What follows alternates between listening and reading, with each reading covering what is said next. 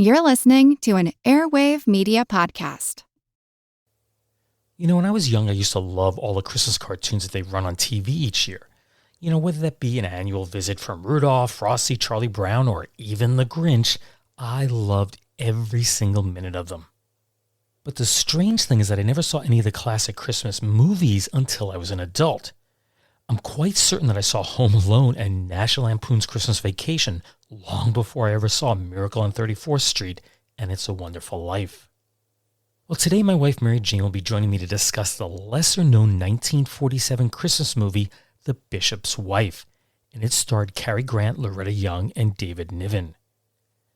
So is this movie another classic like It's a Wonderful Life, or could it actually be a dud?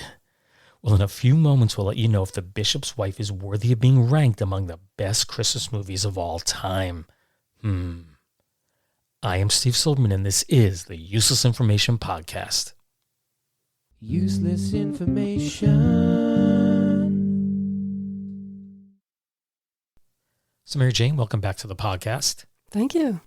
And this movie we're about to talk about, The Bishop's Wife, we watched over your Thanksgiving break. Yes. Yep, that's right. And I had suggested to you right before Thanksgiving that maybe to do something a little different, that we should review a Christmas movie, and that's why we chose this. Yes, that's right. Yep. And we watched actually 4 Christmas movies. Mm-hmm. One we decided to leave for next year. We actually liked it, but we're not going to say what it was. Right. And comedy. Then, right. And then there's this one. In the end, there were 2 that we narrowed it down to. It's this one and the other one that we're going to leave. And I asked you to choose which one you wanted to do, and you opted for The Bishop's Wife. Yes. I mean, it definitely has a clear Christmas theme. Right, where the other movie wasn't quite a Christmas movie. It just had a Christmas scene in it. So anyway, the movie is The Bishop's Wife, and it's loosely based on the 1928 novella by Robert Nathan.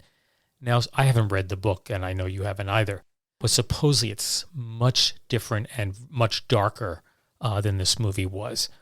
Now, as we're going to find out in a few minutes, the angel in this movie is named Dudley.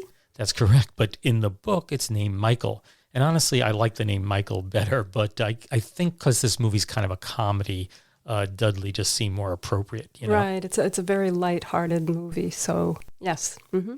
And it's black and white. It runs an hour and 49 minutes. It's directed by Henry Koster.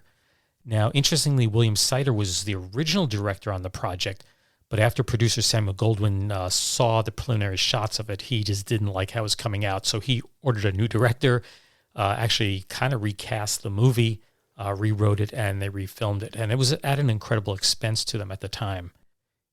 It premiered on December 9th of 1947 in New York City, and then it went into full release on February 16th of 1948, which I found kind of interesting. It went into full release in February for a Christmas movie. It seems a little odd, doesn't it? Yeah, it seems like poor timing. Yes. Right.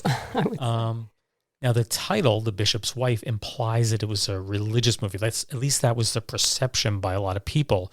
So in some markets where they thought that was hindering ticket sales, and since Cary Grant was in this movie, it was marketed as Cary and the Bishop's Wife.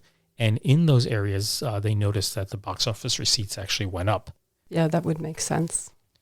The movie was remade in 1996 as The Preacher's Wife, and it starred Denzel Washington and Whitney Houston.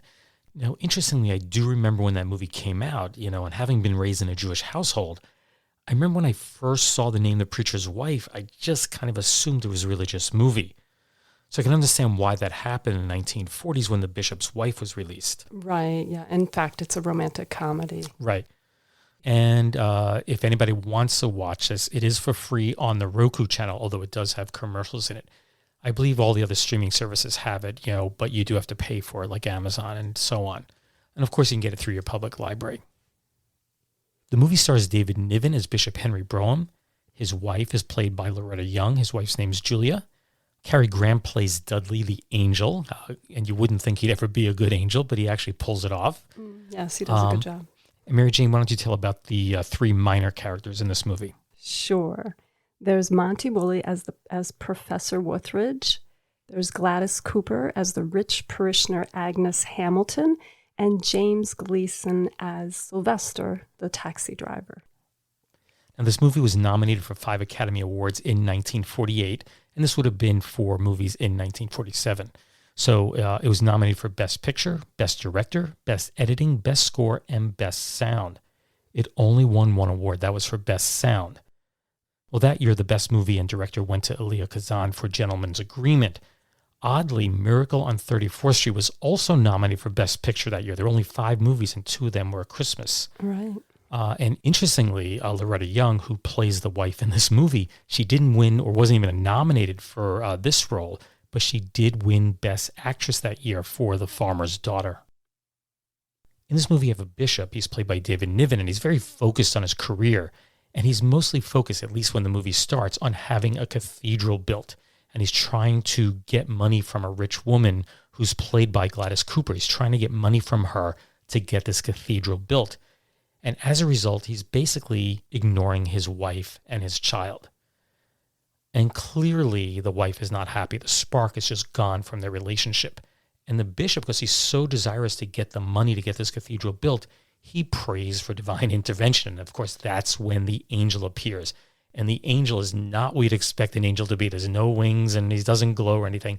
His name is Dudley, and he's played by Cary Grant. Not, well-dressed and real, very charming. Very Extremely charming. Yeah. Right. And he, of course, is sent down to help him out. And of course, the bishop thinks he's there to help about the cathedral, but in reality, and you know this from the beginning, Dudley is there to restore their relationship. Yes, but actually by almost stealing his wife. Right. We'll get into that in a bit. Anyway, Dudley charms everyone, and we mean everyone. Anyone, every woman who looks at him does what? Oh, they swoon, they giggle. It's Anyway, everyone just loves Dudley, and that includes the bishop's wife. And of course, that kind of sets up what's going on here. Dudley begins to entertain the wife, and it looks like they're about to have a budding relationship, and the bishop becomes very jealous over this. So why don't we talk a little bit about the 3 main characters in the movie? Let's start with David Niven, who plays the bishop. How would you describe him? He's very uptight. He doesn't know how to have fun. I mean, there's one example when he comes into the kitchen and the servants are preparing the meal, and one of the servants hides the fact that she's baked a cake because he doesn't think they should eat cake. It's too special on an average day. Mm-hmm. Yeah, uptight is a good way to describe him. He hardly ever smiles through the whole movie, and it's what you'd expect. He's so focused on getting this cathedral built that he's ignoring everything else, and he really doesn't want anyone else to have fun. If he's not having fun, nobody else should either. Now, that introduces the second character, which is the wife, Julia, who's played by Loretta Young. Now, what did you think about her? I thought she did a great job. Mm-hmm. I mean, because in the movie, there's, as we kind of said, there's this relationship building between her and Cary Grant, or Dudley. And she just acts like she's having fun, and she doesn't realize that where it's going in a way, and that she's doing everything that's all, above board, so to speak. Right. Now, I said this to you after we watched the movie. Right at the end, I said, I really thought she made the movie. I thought she was just an incredible actress. Great expression on her face. She used her eyes. Originally, Teresa Wright, who we've seen in other movies, she was originally cast into this role, but she got pregnant and had to drop out. I can't imagine this movie having been a success if Teresa Wright had played the wife. I think Loretta Young was perfect for this role. I totally agree. I mean, I think the camera loves her. For one thing, she's gorgeous. But she was very convincing in the role also. Mm-hmm. Yeah, and the one thing you commented to me at the end is you thought maybe she may have been a smoker because she was so incredibly thin. It is frightening to see how her silhouette, she's incredibly slim. And I did read afterward that she was a lifelong smoker, so that could be the reason why she was so thin. I mean, there are some people who are naturally thin like that, but she was just extremely thin. Yes, she was pencil thin. Mm-hmm. I mean, shockingly thin, actually. Right. Okay, and the third character is Dudley, who's played by Cary Grant. Now, what did you think about him? He got the best role. It was the lead, I would say. He's the main character. I think he did a great job with it. He kind of walked that thin line between doing his job as an angel and almost committing infidelity, if an angel can do that. Now, of course, I was familiar with David Niven, and everyone's familiar with Cary Grant. Yes. There wasn't a moment in this movie that I didn't forget I was watching David Niven, and I did, not for a second did I not realize, it was in my head the whole time, that's Cary Grant. Cary Grant, even though he's in a comedic role, it was still Cary Grant, He actually played a lot of comedic roles. So yes, that he looked like who he was. Yeah. Now, just a year before this, another classic Christmas movie came out. That was It's a Wonderful Life, which starred, of course, Jimmy Stewart. And I have to say, there's no comparison between these two movies. It's a Wonderful Life. It's just so much better. It's a different caliber. It's a different caliber of movie. I mean, when you watch It's a Wonderful Life, it's a classic movie. I wouldn't say that's the case about this movie. Now, I wasn't really thinking that as we were watching the movie, but after we were done, you said, why don't we go back and watch It's a Wonderful Life? Well, we'll talk about a little bit about my opinion of this movie afterward. But why don't you talk a little bit about It's a Wonderful Life? So the reason I thought we should watch both was because they do have some of the same themes. You've got a man very distraught and an angel who comes down to help him kind of change his perspective on life. They're both distraught over money. You have George Bailey, who's misplaced the $8,000, and of course the bishop who needs to raise money to build this cathedral. And they both have this interest in buildings, actually. I mean, when George Bailey's very young, he talks about he's going to build skyscrapers and he's going to do all these great things. And so you have that similarity also. They also don't seem to appreciate their home life, their wives, their children. So you do have a similarity there. But it pretty much stops there. I mean, the style of the movies, I mean, I feel It's a Wonderful Life is not a light comedy by any means. And it's very dark. I mean, the guy is basically moving closer and closer to suicide in the movie. Right. It's truly quite a serious movie for quite a bit of throughout the movie, actually. Whereas The Bishop's Wife is very, very lighthearted. There's a lot of, comedy in it. So the comparisons really change when it comes to the angels. You have Clarence of It's a Wonderful Life, who's this older, bumbling angel who hasn't managed to get his wings for 293 years. And then you have Cary Grant, who plays Dudley, who basically, the minute he walks in the room, he charms everybody. So he's a complete opposite in that sense. And in fact, Clarence doesn't really have a very big part in the movie. He's probably in the last quarter of the movie. I'm not even sure that much. Yeah, he has a small part. It's important, and he's a great actor. But it's not at all like the angel in The Bishop's Wife, just because he plays the main role. One thing you notice is there were some characters that were the same in both movies. That just went by me because I hadn't seen It's a Wonderful Life in so many years. I didn't recognize it. Yeah. The first one is the daughter in both movies is the same person. It's Carolyn Grimes. She plays the daughter Debbie in The Bishop's Wife. And of course, she's Zuzu Bailey in It's a Wonderful Life. Right. Yeah. And she has that famous line. Look, Daddy, teacher says every time a bell rings, an angel gets his wings. And then, I didn't notice this either, there's a snowball fight, and there's a boy, who's the kind of the head of the leader of the pack. The leader of the pack. That's the same boy who played George Bailey as a young boy in It's a Wonderful Life. And I looked it up, and his name is Bobby Anderson. And then there's one neither of us saw. I just happened to notice this when I was doing some research, and that is the church organist in The Bishop's Wife. That's Mrs. Duffy. She's played by Sarah Edwards. She also plays Mrs. Hatch. That's Mary's mom, who owns the boarding house in It's a Wonderful Life. So there are three people in these two classic movies that came out about Christmas within 1 year of each other. Yes, it makes you think there was a very limited amount, especially of child actors. Yeah, I read actually that Carolyn Grimes wasn't originally the daughter, but then I guess because they went and refilmed it and there's a lot of delays and stuff, she was pulled in to do it. Yeah, she was actually very good. In both movies. I thought she did a great job for a child. Right. Yeah. Now, Mary Jane, when the movie was over, we both briefly talked about what we thought about the movie. Sure. And right after that, I wrote down a few words. These are just words. Sure. I wrote down it was entertaining, it was harmless, it was kind, very kind movie, humorous, very lighthearted. But I also wrote down that the movie dragged at times. Yes. I mean, I would say at one point I was just thinking, this is seeming a bit long, and it's Right. never a good sign when you think a movie is long or too long. Whereas, watching It's a Wonderful Life, which I hadn't seen for all those years, not for a second did I feel like it was dragging. I felt like the story was moving along. I know there are others who have criticized it for needing some editing, but I actually, was sucked right in and taken right along the whole way, I think it's a very well-told story, Mhm. and I don't think that's entirely the case with The Bishop's Wife. So yes, when a movie can be actually much longer, and you don't even feel it Mhm. if it's the story is well told. And you had mentioned this to me, that the movie checks all the boxes. I think they were trying to do that they had a boys' choir playing.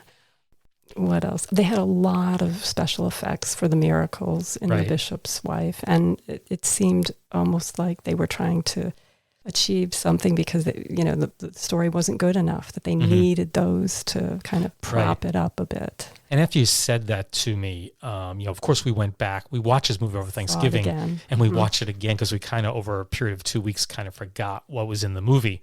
And I just wrote down some of these things that it seemed to check off the boxes, as you said. So clearly you have the religious message. You have lots and lots of miracles. In fact, I noticed the second time we were watching, you were writing down Every single one. it's just like there was so many in this movie. Of course, there's a love story there. You have the boys' choir, as you mentioned, singing. There was the skating scene. Of course, they throw in humor. Which we should talk about later on, the skating scene. Sure. Yeah. And just too many miracles. And I have nothing wrong with miracles. And I've seen many Christmas movies, but some that are far more religious than this movie. But I don't know. It just seemed like there was one around every single corner. It kind of detracts from the movie. Yes, I You know, agree. And a lot of them weren't even just miracles. They were special effects. I mean, there's this one scene where he has to file all these index cards and put them in alphabetical order. And, with the magic of cinema, they all of a sudden are flying through the air and they just file themselves. And then, of course, you have the decoration of the Christmas tree. He just kind of waves his arms and the tree becomes decorated. Probably it's just a minor trick is where the glass of sherry for the professor just keeps filling itself. Refilling, yes. Right. The one that did impress me was the typewriter, where he's basically dictating. This is the angel Cary Grant. He's dictating, and the typewriter is, pressing the keys down. And of course, the characters are appearing on the piece of paper.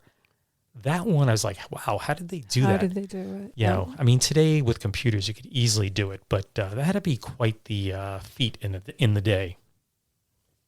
Now, I did mention that I thought this movie dragged, and there were two scenes in particular that I thought really slowed the story down. It's not that the scenes were bad. In fact, I enjoyed both the scenes. They were both very well done. But the story's moving along, and then they throw in several minutes of something that didn't quite, keep the action going, keep the story going. The first one was the choir scene. Cary Grant goes into this church, and the choir, there's just like two boys sitting there, and then he just starts moving his hands, and the next person. More boys arrive. And they were wonderful performers, but it was 3.5, 4 minutes? I don't know how long the scene was, and it just kind of brought the story, it slowed it down. And the other one, which was incredibly done, is the skating scene. You want to mention a little bit about that? Well, sure. I mean, we know from having really analyzed it that it wasn't always the actors doing the skating, but I thought they did a wonderful job of hiding that with the shadows and their faces. And of course, the skating is beautiful. But of course, they start out not knowing how to skate well. Right. And one of the other miracles of, thanks to Dudley, is that then they become great skaters. And it's just a beautiful scene, and it was well done. If you really analyze, you can tell that it's not Cary Grant doing some of those jumps and turns. But it was quite nice, I thought. Yeah, the guy that they got, and I looked this up, it was Eugene Turner. He was an American champion figure skater. Right. He was standing in for some of those more extravagant skating moves. he's a lot shorter than Cary Grant is. It's very obvious when you're watching on the There screen. are times you could tell, but Although I did read that Cary Grant was a fairly decent skater and he wanted to do it all, but they wouldn't let him. yeah, I mean, you kind of saw that in the beginning when he actually gets on the ice. I'm like, oh, that's him, and he seems pretty confident here, Yeah. Yeah, and as you said, the lighting was incredible. Even as they'd come around in front of the camera, the way they had it lighted, you never saw their faces, of the people who were standing in for them.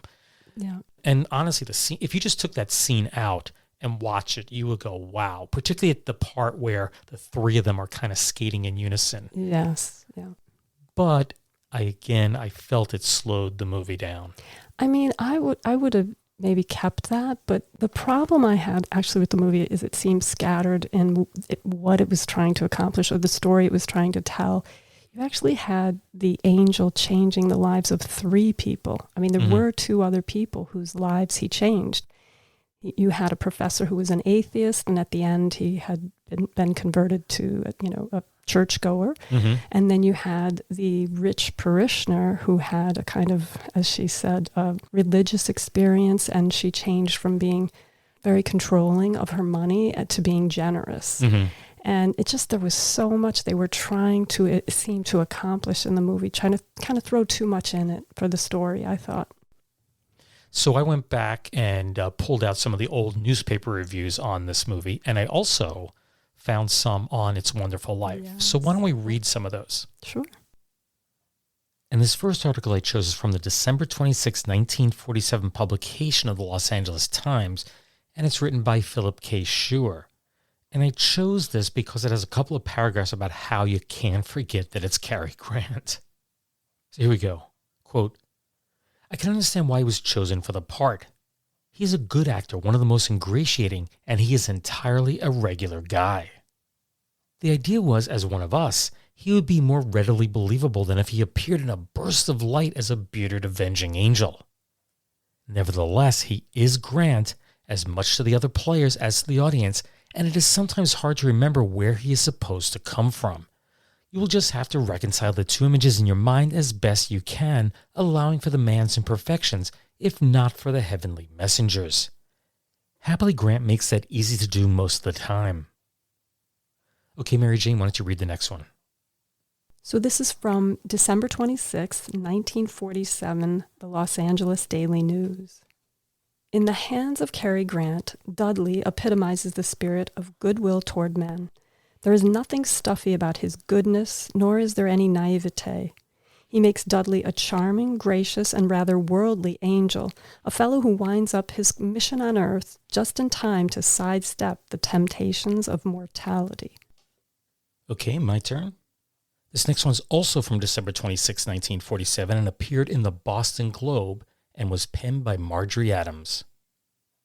Samuel Goldwyn has turned Santa Claus and is offering Boston its best Christmas gift of the holiday season at the Astor Theater in the form of a charming, fantastic, delightful, and heartwarming film, The Bishop's Wife.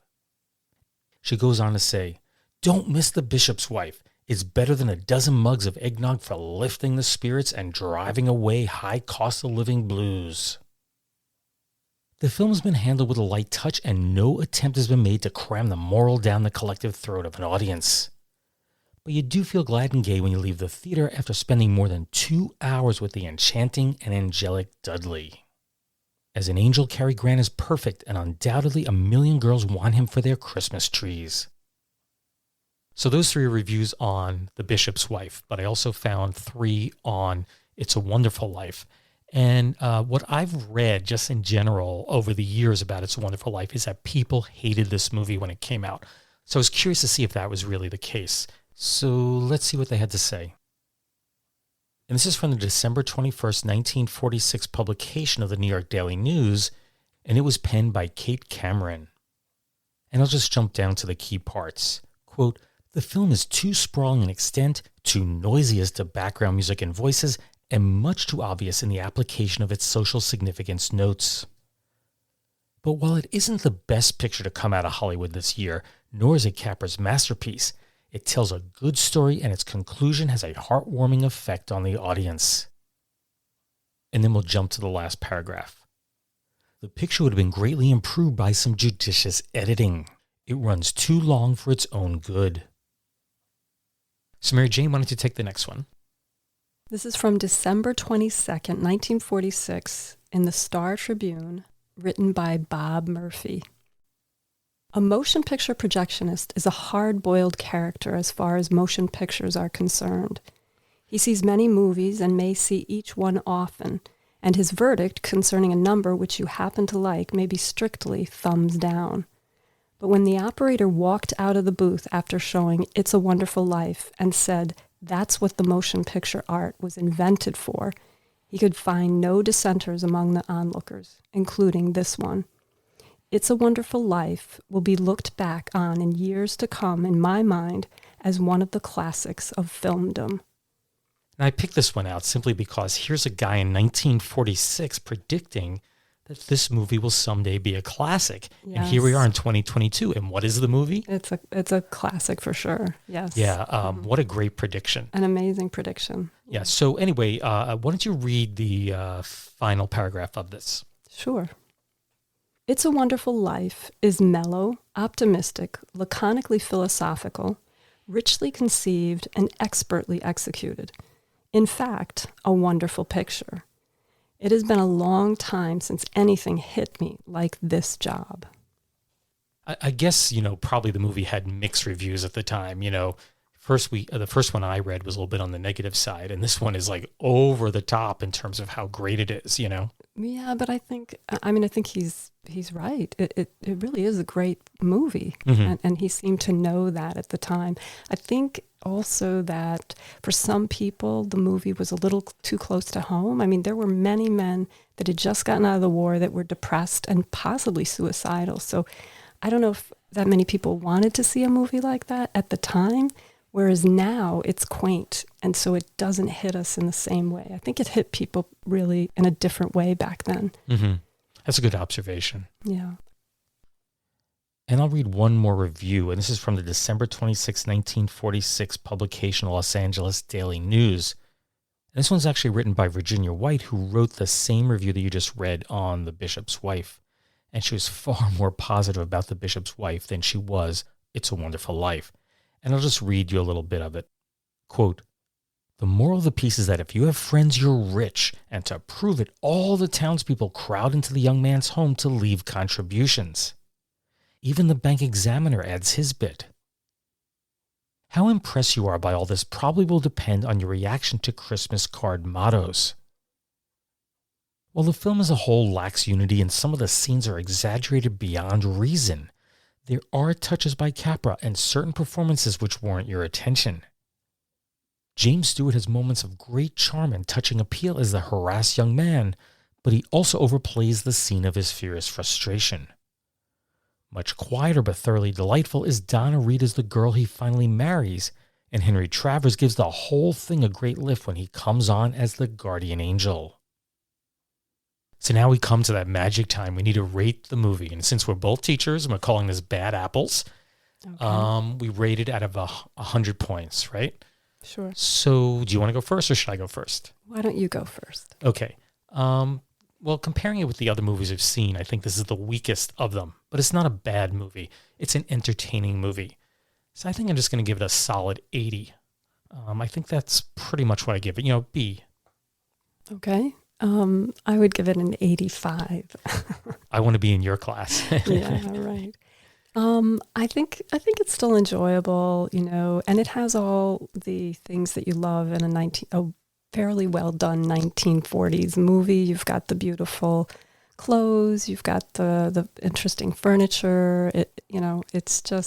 It still takes you back to a time, and it's still a fun movie. One thing I want to add to your comment there is the sets themselves. I never really felt for a moment that it was truly a set. Some of the other movies we've watched, you can tell it's filmed on a stage. This one had a little bit more of a homey feel to it, a little bit more realistic. And in fact, the one thing that really stood out to me was the snow. It really seemed very realistic to me, considering it's probably filmed in California and it's not real, Right. I mean, there's also a lot of snow. That just makes me think of It's a Wonderful Life. They also had to produce that snow. Right. I think actually for It's a Wonderful Life, that's the only Academy Award they won was for something like special effects. Special for effects snow. about snow. Yeah, something like that. I could be wrong on that, but I seem to recall reading that somewhere. Yeah. So anyway, we're fairly close in our ratings. Now, would you recommend that someone watch this movie? I always say if you like old movies, yes, this was a fun, good movie that, yes, you should watch. And you should watch with friends, maybe. I really think it's something nice to discuss with people, older movies. Yeah. Yeah, I think it's a good movie. I've seen some really, not just bad Christmas movies, or just bad movies overall. This is not a bad movie, but it's not It's a Wonderful Life. You can't watch this and expect that. But if you want a lighthearted, entertaining movie, it's perfect, honestly, for Christmas. Yeah, it started to have that romantic ending, and then it seemed to have a second ending. Yeah. I wished it had stopped right there at the romantic ending. But Oddly, I had the same exact feeling at the end of the movie that they should have stopped it, right when their marriage kind of worked out, and then they kind of tacked on that sermon at the end. Yes, and the sermon actually was beautiful, but right. I wish they had ended the movie just before that. But it almost looked like two endings. Right, and exactly. That's never good, I don't think. It's not as bad as some movies where they have 3 or 4 or 5 endings. Like, some is have this movie many? right? Yes. This one just seemed to have 2 endings to it. So let's listen to that. Sure.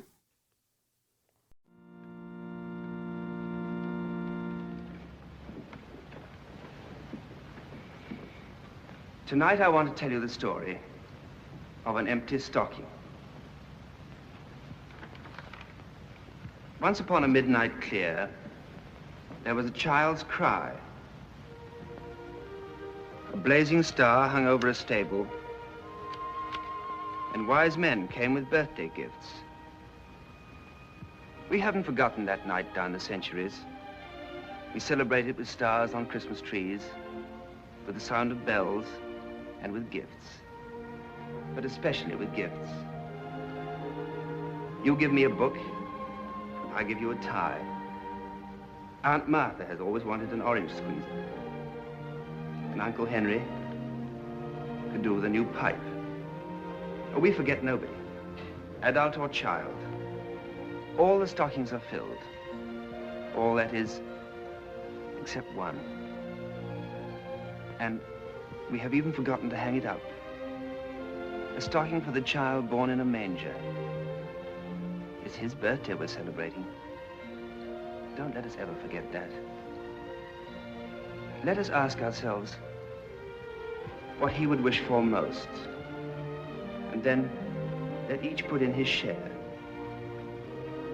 Loving kindness, warm hearts, and the stretched out hand of tolerance.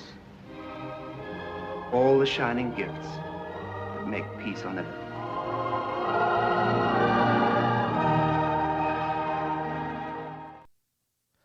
Okay, so I guess that's our review of The Bishop's Wife. We both liked the movie. I wouldn't say we both thought it was the greatest movie ever made, but if you have a chance to see it, you really should. Yep, it's worth seeing. So I guess we should say goodbye and wish everyone a happy holiday, Merry Christmas, happy Hanukkah, yes. Kwanzaa, whatever you celebrate, and enjoy the new year. Yep. Bye-bye. Bye.